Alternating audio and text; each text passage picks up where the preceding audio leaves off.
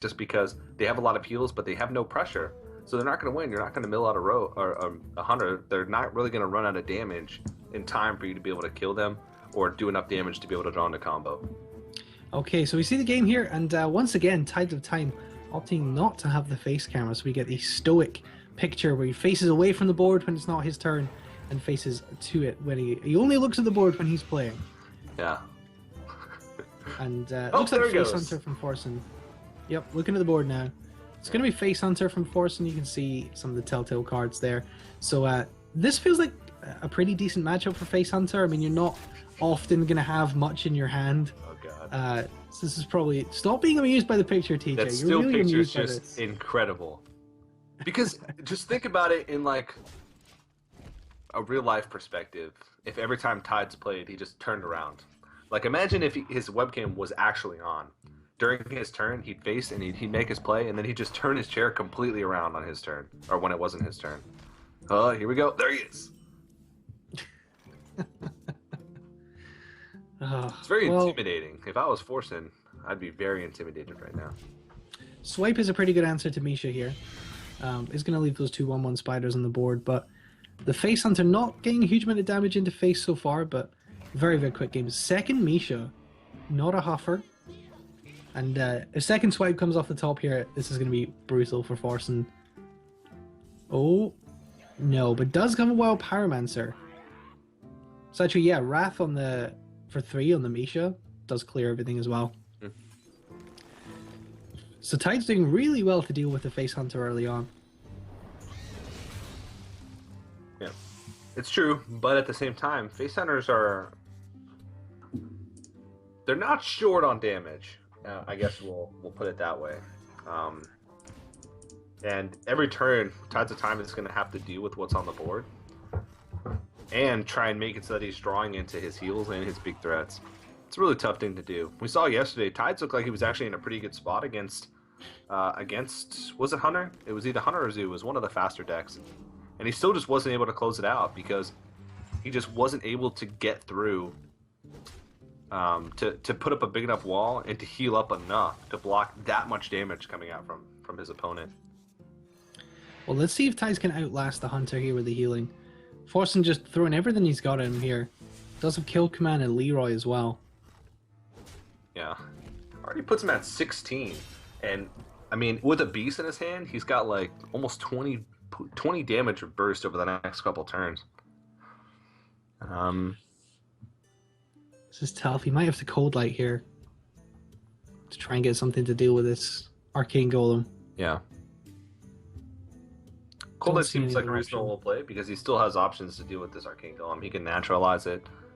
It always feels bad naturalizing because you know you're just allowing the Hunter to draw into more damage. There you go. Wrath is a good pickup. That'll do, I guess. So yeah, he's going to be able to clear this out here. Might even Wrath for 1, use the hero power, I think. No, he's going to go ahead and save the armor, not take the damage, which is pretty smart. He does need to preserve his life total when he doesn't have any more healing in hand, but he's hopefully going to draw into some healing. Well, he's got back-to-back Volcanic Lumbers, which Volcanic Lumber has been a card that some players have been debating about the effectiveness of. A lot of the times, in order to make it a good card, a lot of creatures have to die on the board at the same time. Mildred is one of the best classes that it works in, if only because you have combinations like Poison Seeds and Starfall to make it so that sometimes you can have like a 3-4 mana Volcanic Lumber on some of these turns. So, yeah, that's certainly true. We have seen the Volcanic Lumber kind of do some work for Tides, and I mean, there's unlikely to be a Hunter's Mark in this deck, so Volcanic Lumber, that's going to be really hard for Forsen to deal with. He does get the Haunted Creeper out, so he does have Kill Command as an option. Yeah, it's going to be tough for him to get through, and I think we are just going to see turn 9 Volcanic Lumber. Here we go, he's going to switch. There he is! Tides is back! He has to be a little bit afraid of Burst here, though. Like, double Kill Command hero power would be enough to finish him off, but he can clear out the Spider. Obviously, the Spectral Spiders are not beasts, so it doesn't get the Kill Command activation. So even if he did draw a second Kill Command there, yeah, if the Spider had been left alive and Forsen had drawn second Kill Command, that would have been lethal. Oh. I don't know if he has enough damage to get through both of these volcanic lumbers. He's going to have to use a lot of his burst just to push through. And then, second volcanic lumber is going to come out next turn. He's going to have even less ways. I'm not sure if Forsen runs. This is the first time we've seen this hunter deck. This was his hunter was actually the deck that he added to his lineup for the best of 7 sets in the semifinals and the finals. So we don't know if he's running Hunter's Mark. We don't know if he's running any of the fast cards or like tracking to find something to be able to deal with it a little bit more easily. But he's going to have to throw a lot of damage into these 2 volcanic lumbers, and it might be a little bit rough for him. There is a potential for him to run out, but Tides really needs to draw into heal pretty soon. Yeah. Healing's going to be pretty crucial. He's going to have to use the Leroy to get through here. That's rough. He didn't want he wanted to juggle on one of the other minions. Yeah, so he's going to use the Leroy and one of the spiders here to get through. And just push face damage. He does have a lot of damage in hand.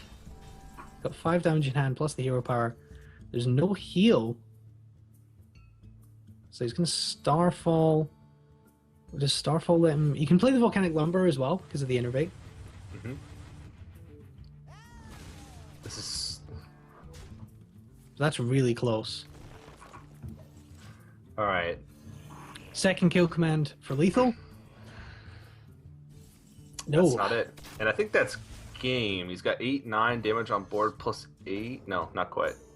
Yeah, not quite. He would need Force of Nature or Second Savage Roar is lethal.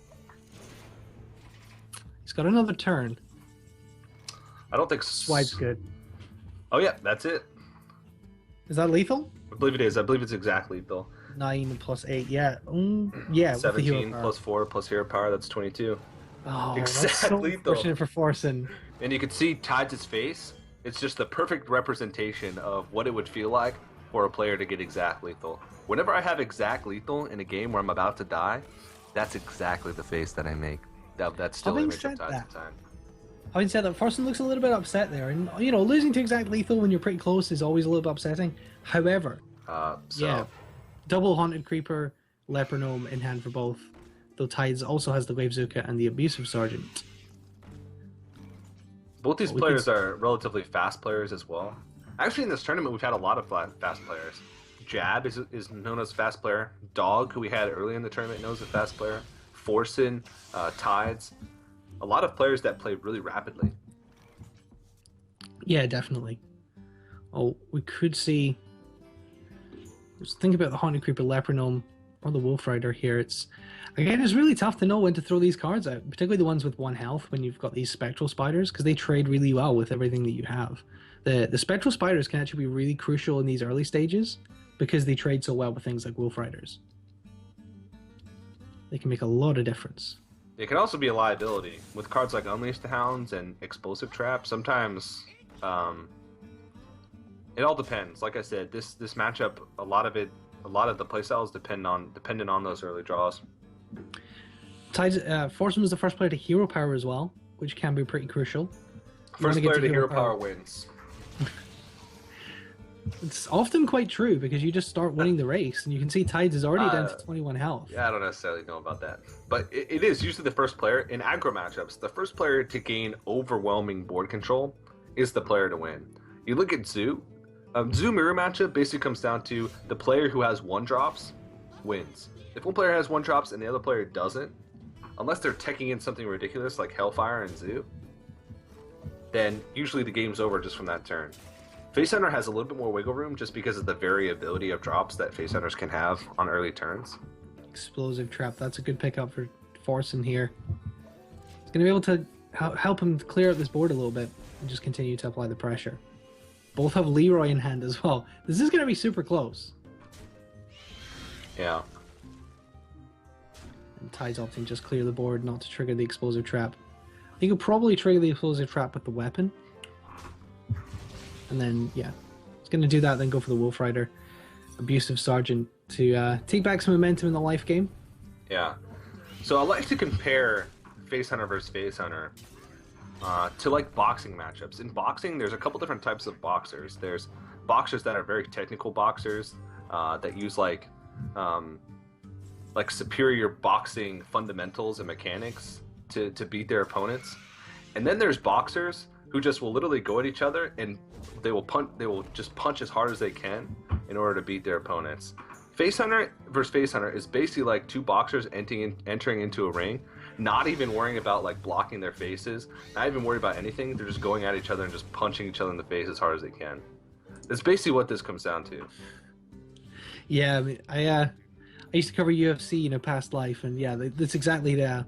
If you're a UFC fan, I guess Face Hunter versus Face Hunter is kind of the Roy Nelson versus Mark Hunter, the Mark Hunter versus Bigfoot Silva of the Hearthstone world. Just two fighters going out and punching each other in the face for 25 minutes, and to see if one of them will fall down. Yeah, it's like who can punch slightly harder for the course of the match is basically who wins. Mark Hunt Bigfoot Silva was actually a draw in the end. Went to decision. Draw on the judges' scorecards. Well, in my mind, it wouldn't be a draw. Face Hunter versus Face Hunter is basically both players lose. All right, so I think situations. That's going to be game for Tides, right? Because he has the he has the Leroy. weapon. So that's going to be it. Tides is going to take this game and go to a 2-0. Oh no! Oh, he didn't have enough mana. He needed one more mana to be able to do it. So that's actually game for Forsen. It's hard to tell. Really? Yeah, because it's Tides' turn right now. Tides' turn right now. So now it's going to be Forsen's turn, and Forsen does have enough mana. Ooh. Oh no! Because if he Leroy's with Knife Juggler on the board, there's a chance that Knife Juggler snipes his Leroy. This is... It's actually really crazy. Look at his face. Yeah. This has happened before. I mean, usually you don't play Knife Juggler in preparation to stop a Leroy, but if you notice that your opponent's been holding a card for most of the game, Face Hunter doesn't usually do that unless it's an owl. This is really risky. We'll see. Is Forsen really never lucky? This is the test. Do you think there was a merit to playing the Glaive-Zuka first here? Whew, he got it. And taking out the Knife Juggler? No, because then he wouldn't have it. He might have still been able to win there. No, he wouldn't have been able to, because he wouldn't have enough mana. Duh. And he has to play the next turn. So yeah. So Forsen takes it. A little bit of tension at the end from Forsen. What he did was, he has cards like that, like Commanding Shout. He's got Paladin Shredders, which sort of are like cards that are sticky that are basically used as stalling tactics. You basically put them down on the board and force your opponent to deal with them to buy yourself time in order to get to your combos, which I think is really good. Paladin Shredder is just so good right now that you can basically put it in any deck and have success with it because it serves so many tools. It serves as a sticky body so you can get more aggressive. It serves as a sticky body so your opponent feels like they need to play more defensively. It just serves a whole lot of purposes, and I really like it. In the Fire War Axe, in the opening hand, can't ask for much more than that. Yeah, this is a really sluggish start from Tides as well. The Direwolf Alpha on its own is not good. He has the Void Caller, so we'll probably see that come out here. But yeah, Dread Corsair is another card like that Pilot Shredder. It serves two purposes in this deck. It serves the purpose of stalling your opponent so that you can get your combo pieces together, and it can also help you clear up the board before you play a combo, so you can take stuff off the board and set up for a big combo turn. I really like this deck innovation from Forsen. I think I'm not sure if I don't think I've seen this deck anywhere else or this kind of deck tech. I think it's more inconsistent, but it has the chance to make bigger combinations.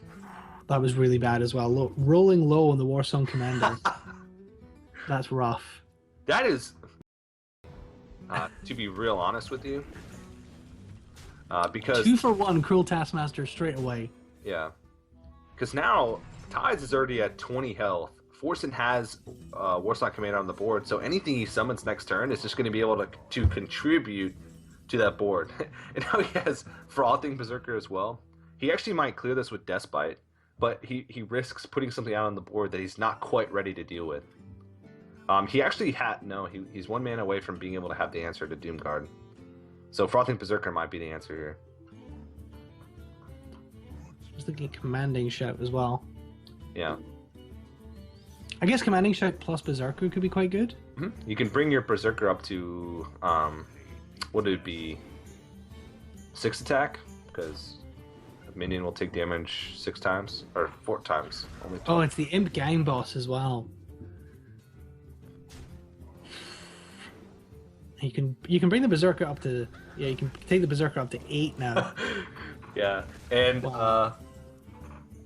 not quite lethal next turn. Actually, no, I think he does have lethal next turn. Temple. Oh, Yeah, he does. PGH!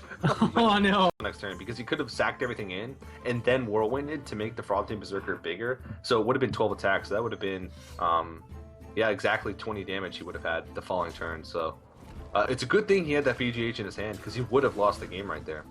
Yeah, that's But pretty rough. it's still looking really grim because he's at 11 health. The warrior, and He Zoo has doesn't. execute from Alganis. Yeah, Zoo really does. He's not even going to get to Mal'Ganis. Zoo doesn't have any comeback mechanics right now. He has to Doomguard and throw it into the Dread Corsair because he is lethal on board, and then he risks getting rid of Mal'Ganis.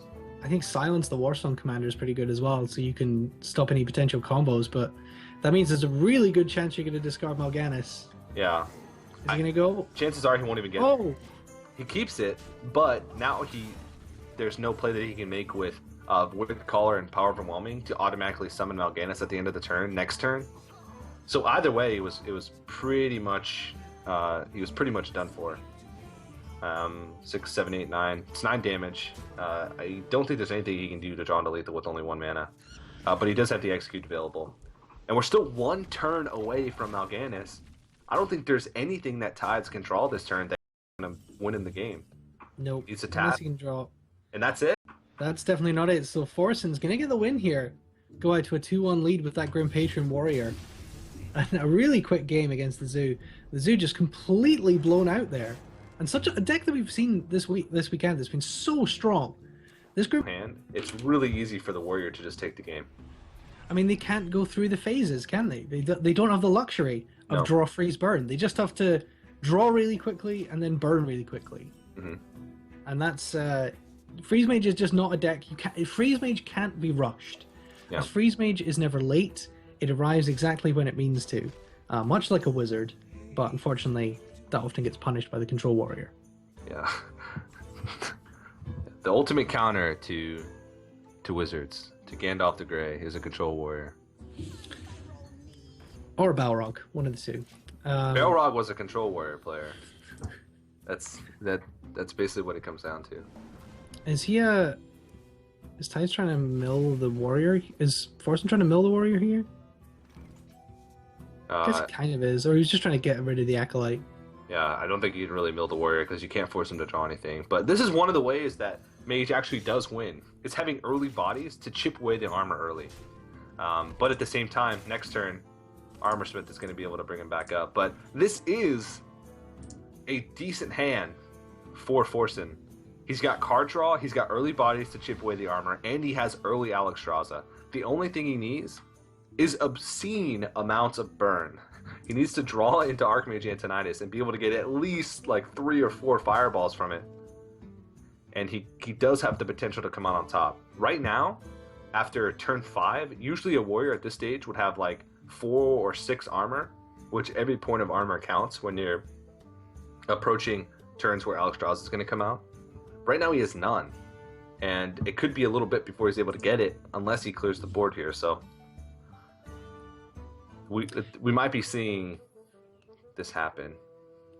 The Freeze Mage win. It's going to be a tough road. Well, I'm not calling it out, because even if they have a really good hand, it's still really hard. He needs damage. Even if he gets an Alexstrasza out on turn 9, unless he has damage in his hand, using the Alexstrasza early can work against you, because that gives them opportunity to clear off the Alexstrasza and start building armor away from your burn, and then all of a sudden the game just gets out of your reach. Yeah, I mean, I just say the early minions to get rid of this armor is really crucial, and this is probably the best start that Forsen could hope for in this matchup. And, I mean, the pressure is off Forsen in this matchup, because it is so unfavored that he has no pressure to win this. The pressure is on Tides. And at this point in the matchup, if Forsen was able to eke out a win here, he then has 3 chances to win with the super aggressive Shaman deck. So Tides kind of has his back up against the wall a little bit. He needs to win this and get comfortable in the series. Yeah. I wouldn't say his back's up against the wall. At least not in this game, because It is if he loses. yeah, but it's well actually. See, an Emperor Thorsan too, getting Alshaw's out of turn early. But again, he needs burn. He needs burn. That Arcane Intellect needs to draw into Frost or Fireball Frostbolt. This is actually not the greatest position here for Forsen. For Tides. He needs to start building up armor as best he can. This is going to be pretty good. He's going to be able to gain, 4 armor this turn? Which is pretty good. Yeah, I mean, that's going to be pretty difficult. Frostwolf Grunt for the taunt, pretty useless. Well, it blocks damage from, say, like a Mad Scientist, but it'd probably be killed anyway. Alright, let's see. Arcane Intellect. Needs to be damage. Not damage. Nope. That's damage. It's not really the right damage, though.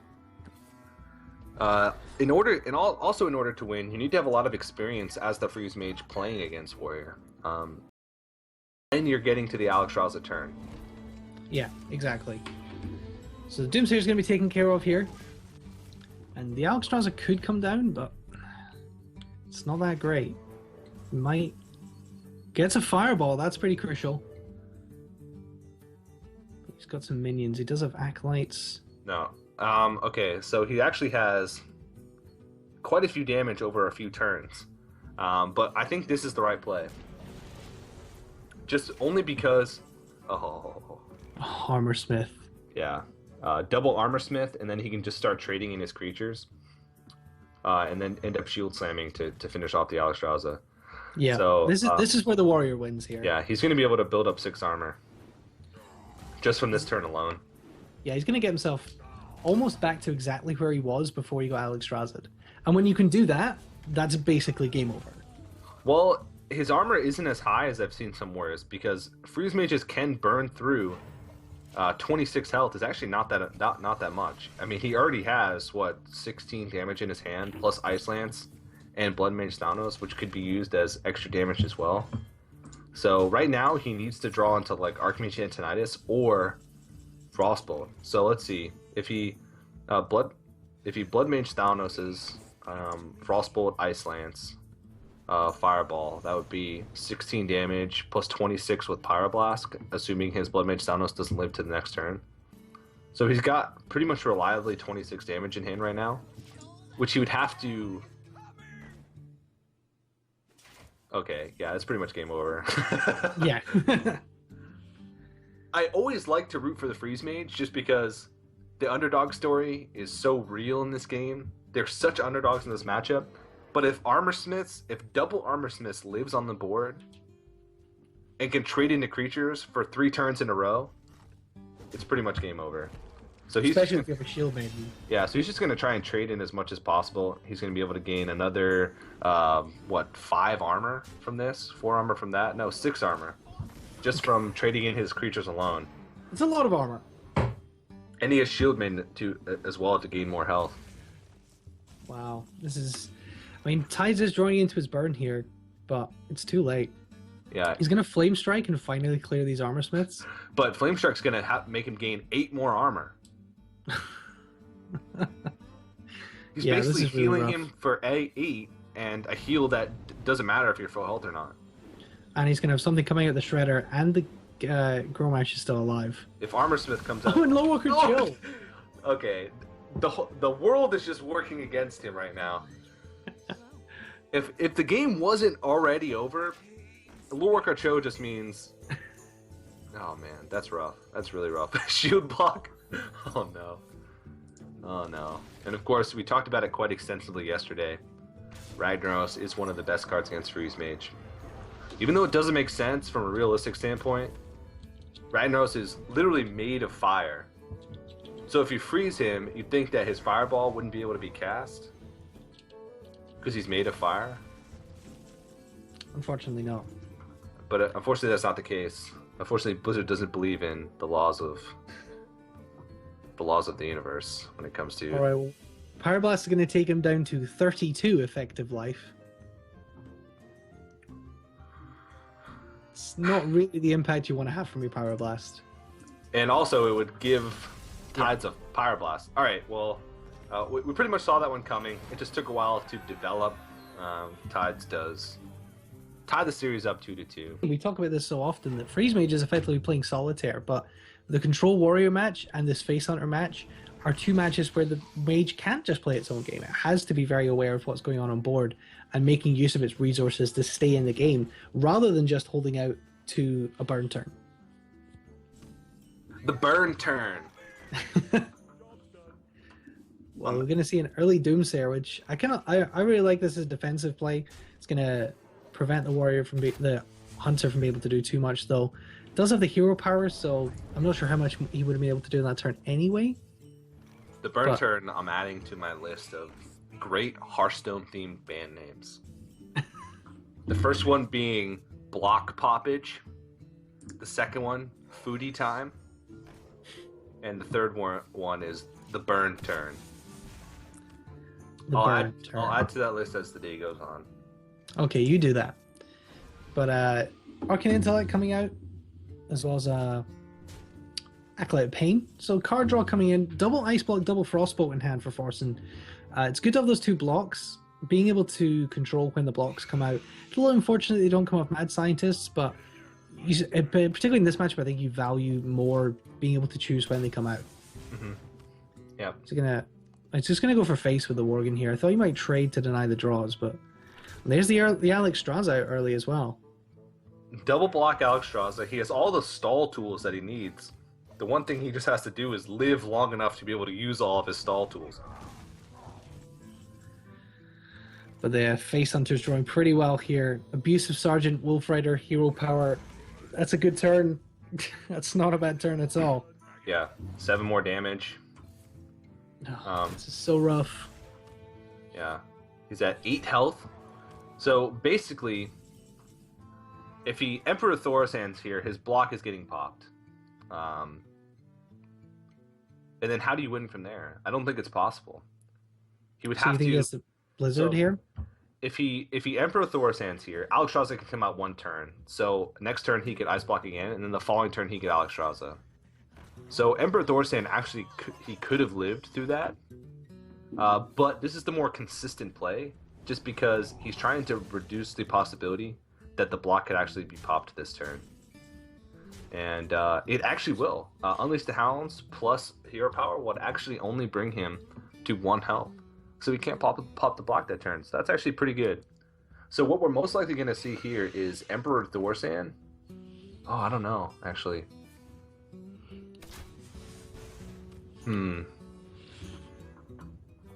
Blizzard's really rough here because it doesn't take any power off the board.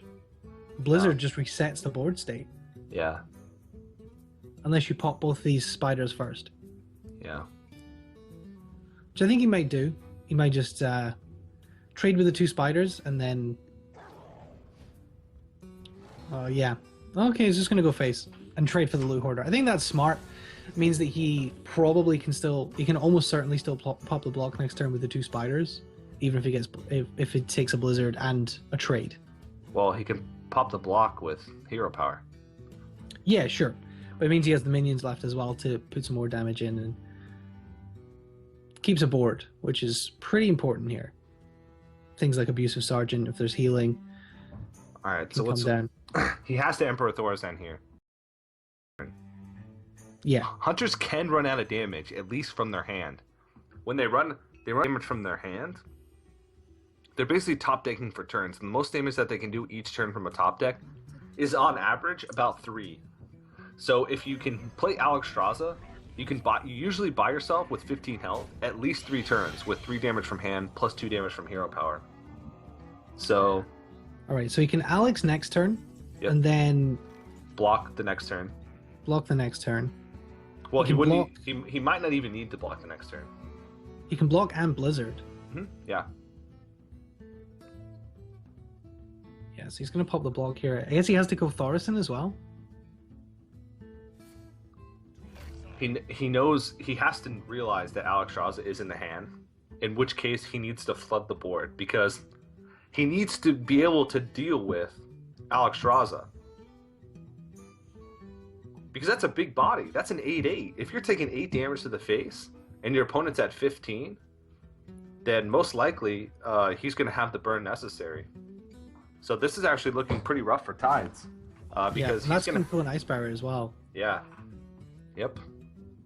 So actually, can he even pop the block this turn? With hero power, yeah. Okay, yeah. So yeah, because he can use the hero power, but then how does he get that damage and pass the Ice Barrier? I guess he just has to hope with hero power to kill him now. I don't think he's going to be able to do it. I don't think he's going to be able to do it. Alex Strauss is going to come out this turn. He's going to be at 15 health with an Ice Barrier up. So Hunter will not be able to do 15 points of damage just from hand without being able to attack. Forsen, he knows it. He knows it. He does actually draw what he needs to kill Alex Straza. He can't afford to kill Alex Straza now. He basically just has to all in and hope that he draws into enough damage to kill him. But Block's going to come out next turn. He's going to take 8 damage to the face. Tides might actually... I like Block and Blizzard.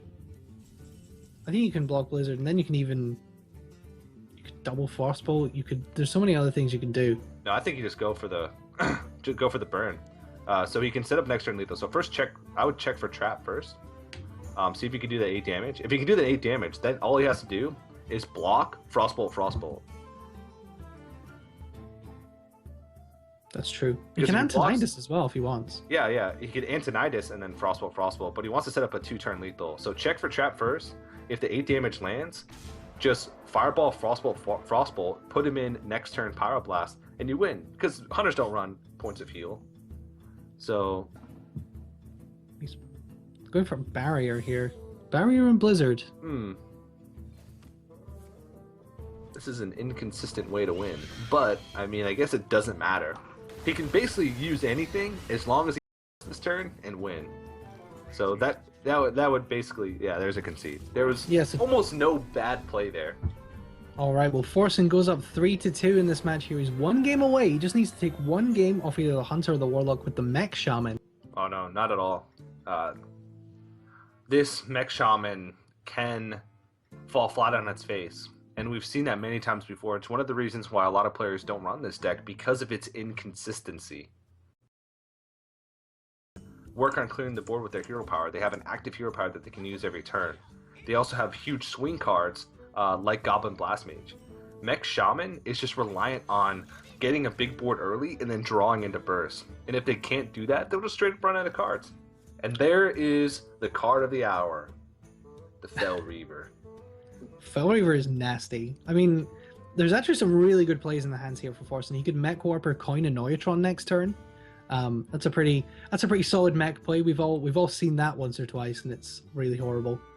Not a great hand for the... He's going to use the quick shot on the Cogmaster. That is a pretty good idea to clear the board. Has Animal Companion for turn 3, but the Mech Warper Neutron's going to come down. Yeah. Oh. I would have taken a little bit more time to think about using that quick shot. Because you play Cogmaster on turn 1. What are you expecting to come out on turn 2? Like, what 2-mana mechs are going to come out? Probably Mech Warper or Snowchugger. Yeah, exactly. And both of those cards are... Snowchugger, it's not going to really happen in this game. But... He's going to, I think, Rockfire Face to clear this Huffer to protect his Mech Warper. So he wants to play Fel Reaver on turn 4. Yeah. And unless Tides runs the Arcane Gold... Okay, he's got Quick Shot here. So, I think he... Is he going to... Oh, he doesn't Quick Shot the Mech Warper. I don't think he really cares about the ramp. He's not really playing a control style. He just wants to try and race and do as much damage as possible. Oh, here comes the Fel Reaver. Yeah. If that Fel Reaver gets 1 hit in... It's going to be game over. Surprised he played the Fel Reaver first.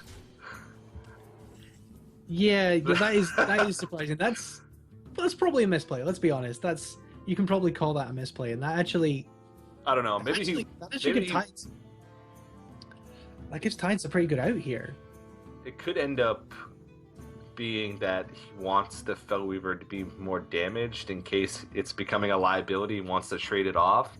I'll give him the benefit of the doubt in that situation, but that's a little bit weird that he decided to play that before checking into the explosive trap. Yeah, and it makes it It makes it much easier for Tides to be able to deal with here. So I don't like that at all. he's thinking, okay, can I race him? How much damage do I actually have in my hand? What's the most damage that he can do this turn? Arcane Golem plus Quick Shot would actually be the most amount of damage he could do without 7. He can put him at 11. If 3 cards are still left on the board, the next turn he could do 3 from Unleash the Hounds, 2 from his Hero Power, 2 from Abusive Sergeant, which would be 7. So over the course of the next 2 turns, he can do 14 damage total, at least. So he's buying time. He needs to be able to kill him in 2 turns. So what he's going to want to do is draw into... If he wants to raise, he needs to draw into 4 points of direct damage next turn. Oh, Crackle's pretty huge. Yeah. So he's going to go ahead and kill it off. That's probably the smarter choice. Crackle is actually probably the card that was the worst to be killed off Holy. for Forsen.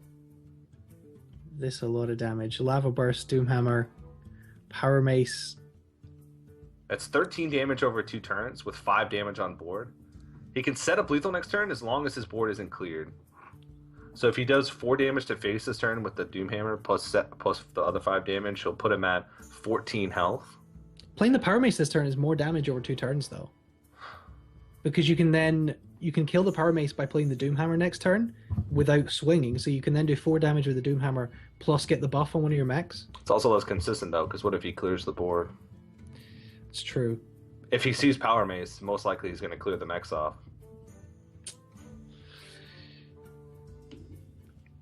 Let's see. Yeah, it looks like he's going to play Power Mace. Okay. So I guess he's going to clear the Abusive Sergeant. Yeah, he's going to clear that off. So Tides can clear up with Unleash the Hounds and Quick Shot here. Does Glaive Zuka as well. That's a good pickup. Can't play all though. 1 mana short, unfortunately. So he's gonna. You can clear both the mechs though. Mm-hmm. He hopes to keep one of the hounds alive. Yeah, having him taking the 2 damage on your face is more important than getting rid of. Keeping one of the hounds is more important. Oh, jeez. What a pickup though from Forsen. Getting the Whirling Zap-O-Matic, you can kill off the Power Mace. And equip the Doomhammer. So he has 4. He has 9 damage just from hand alone. He can actually, he can attack once more with the Doomhammer. 4, 5, 6, 9. That's damage. really. He needs 3 points of direct damage from his hand. That's not it. He can play. He can play Haunted Creeper and Quick Shot for the card draw. That might be his best way to win. I've never actually seen that before. Playing, hitting with a weapon in a turn, and then equipping Doomhammer the same turn. It's yeah. Forsen's gonna get Quick Shot here. Okay, it's a good thing he threw that Quick Shot into the Whirling Zap-O-Matic, because if he hadn't, then he would have drawn a Haunted Creeper that would not have been enough damage for him to win. Rockbiter wins the game. There's a lot of outs here for him. He has 9 damage. He needs 3 points of direct damage here. That's not it. He only needs 2 because he has 4 because he has the Spell Power Totem on board. Oh, yeah. He only needs 2 points of direct damage. That's correct. So 6 from the Lava Burst, 4 from the Doomhammer. He has 10. Kill Command off the top is a win. He's debating on whether or not he can afford to kill the Beast. Because if he kills the Beast, then he would force him to have a Beast plus Kill Command next turn to win. Which he does have. Yeah, and it would matter, but he's saying, you know what? I won't have lethal next turn. It all comes down to this draw. He's break.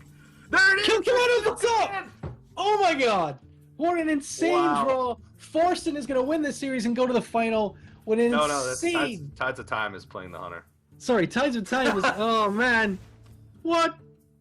It's going to tie it up. So we're going to go to one more game. So Forsen... God damn it. So Forsen has one more opportunity to win with the Mech Shaman. I got overexcited. I could tell. He's going to play the long con when it comes to the mulligans. All right. So these players are ready. Their mulligans are coming in. And it's going to be the Mech Shaman of Forsen versus the Zoo of Tides. It all comes down to this. 2 series in a row, it comes down to game number 7. We couldn't really ask for anything more than this. And Forsen's hand is actually pretty good. Crackle, he might want to substitute that for something else. The burn in Mech Shaman is something that you want to draw into later on in the game. once you've established a board and been able to establish some damage. But he does have a decent hand. Yeah, it's not too bad. He has the Power Mace as well, the double Annoyatron. That was obviously a pretty good answer to the Annoyatron.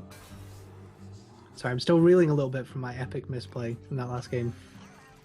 Need to get over it. Need to get my confidence back. Feel a little bit gun shy. I guess you're so used to seeing Forsen playing Hunter that sometimes you can get a little bit mixed up, but I'm excited to see Game 7. Owl has to come down on the first Annoyatron, and Sea Giants in hand is actually not that great. The board could be flooded with totems, but he's got all of his big creatures already in his hand. This is not a very good start for him. And there's no minions for Forsen to put out here to help Tides. None. This could be rough. So yeah, we're going to see Power Mace. As Forsen just starts to clear up the board a little bit. And these two Annoyatrons, one of them is going to get buffed from the Power Mace. Could still buff the Silence one, of course. I think Tides has to tap here. This is one of those matchups where you have to think a little bit about your taps, and you also have to try and make so you can set up a Sea Giant, because even though it's not something you usually play into, Sea Giant is usually something that you plan for maybe one turn ahead, or maybe on the turn that you're actually playing it. But this is a Game 7 in a series like this. He really needs to find a way to get as many minions on the board as possible to be able to play those Sea Giants, because those are going to be the only opportunity that he's going to have for a win. Dr. Boom can act as sort of a comeback mechanic, but a lot of times against Mech Shaman, if you fall behind early, it could be too late. As long as they have Burn in their hand, sometimes it can just be too late. And yeah. There's so many spells in hand for Forsen here. I think he just needs to go face with a Power Mace and just push the damage, because he has Lava Burst and Crackle. Next turn, even with the Spell Power Totem, he can actually do 13 damage plus 4. He can do 17 damage. And the Earth Shock for the Nerubian Egg is the perfect answer as well. Yeah. The fact that his 3/4 protected by the Taunt is really good as well. That's the one he wanted the Power Mace buff on. Yeah. So this damage is getting really scary. Yeah. Roll Spell Power Totem as well. That'll get him. That gets him the Earthshock, is able to use in the Nerubian Egg. He could have put the Earthshock on the Haunted Creeper if he didn't roll it, but it wouldn't have been as potent as it was here. This is problematic, though. This is a really tough board to deal with. A lot of times, Mech Shamans will cut AoE in favor of more burn. Yeah, I don't think there's any Lightning Storm in here. No, you'll see some. Any Lightning Storm in here. No. To play it just because of its inconsistencies. And the ones that do, and a lot of times they'll say, well, if I'm only running one Lightning Storm and it's inconsistent of a draw, I might as well just turn that Lightning Storm into more burn. And that's what they end up going with, so. Yeah. No, I think that's a really sensible line of play. And he has to use the Rock Biter to deal with that 4 health Voidwalker. That's feels pretty rough. He's thinking about whether or not he needs to put the Annoyatron into the Spider here. Oh no, he doesn't. Go for it. Now he can have a Sea Giant. I thank you. So how much damage is there? Does Forsen just ignore the Sea Giant and race here? Yeah. Alright, so 6, 13, 16 damage maximum he could do. So if he Fire Elementals, oh my goodness. He has to think about his overload as well, though. So if he Fire Elementals this turn and hits face, he'll have to roll. He'll have to. Oh, I think you need to use the spells this turn, to be honest. He might even actually need to take out the Sea Giant. If he's going to go for a race, he needs to Crackle face first to adjust to whatever roll that he gets with the Crackle. Yeah, I think so. I think he needs to Crackle here. If he rolls low on the Crackle on face, then it pretty much means that he can't start to race. All right. Are we going to see the Crackle here? He's not guaranteed to have that Spell Power Totem either. Yeah. I think he needs to Crackle, and he's going to he's going to take out the Sea Giant, I think. No, he's gonna go for. Oh, yeah, he's No, gonna crack on the he's Sea gonna, Giant. he's gonna take out the Sea Giant. The only reason he would play that first is if he was planning on using the Power Mace into the Sea Giant. Yeah. He actually rolled high, so he could have gone for a 2-turn kill, even without even Oh. using the Whirling Zap-O-Matic. That's tough. Yeah, and now his Whirling Zap-O-Matic is going to get killed. So he's realizing that maybe he should have gone YOLO. And second Sea Giant's going to come out. He's in a lot of trouble. Yeah, this is the swing against the Mech Shaman. Like you say, this is the problem with the inconsistencies. You have to make those calls. You end up making the wrong one, and now he's staring down a Sea Giant. Does get Fire Elemental out and has Lava Burst, but Yeah, it's actually hard to see where the damage is coming from right now. if he shouldn't, what he should have done there, and this is a really hard call to make because you're basically all-inning and telling your opponent that you have lethal, is crackle the phase. If you hit for 6 or 7, you have guaranteed lethal over the next 2 turns. And if he doesn't roll high, he still could have Lava Bursted and Power Maced the Sea Giant as sort of a last-ditch effort. But now, I mean, I think that's going to be game over. Yeah, I think it is as well. I think 11, 12, 13, 14, 15. He needs 3 direct damage from hand. That's not it, but he does have lethal if he gets good boom bots, but it's really unlikely. you can So tap into Power Overwhelming. He could tap into Power Overwhelming. He's probably just going to play it safe here, though. Try and clear as much as he can with what he has on the board. Put himself in the best position to win. He's thinking, what cards do I have in my deck that'll win me the game? And it's only Power Overwhelming, I think. Oh. Let's recalculate. 9. No, he's he's 1 off there. 1 off. Right, okay, so if this second bomb goes to face... I would tap to here. He can draw into lethal. Second Abusive Sergeant. Yeah, Power Overwhelming. Dire Wolf. Defender Vargas. No, he's not going to do it. I think tap is the right answer there, but he's just playing it a bit more safe. This is a lot more consistent of an answer. Yeah. Okay, so That's it? that's going to be it. Tides of Time, after I called it for Forsen. I think Tides of Time. You cursed him. I did. Tides of Time is going to the finals. He's going to play Chalky in our winners match. And our next match coming up, obviously, is going to be Jab versus Forsen. Yeah, all Forsen can do, he's going to concede, and that's going to be it. So Forsen goes to our third place match, and Tides of Time is going to the final, the Kinguin for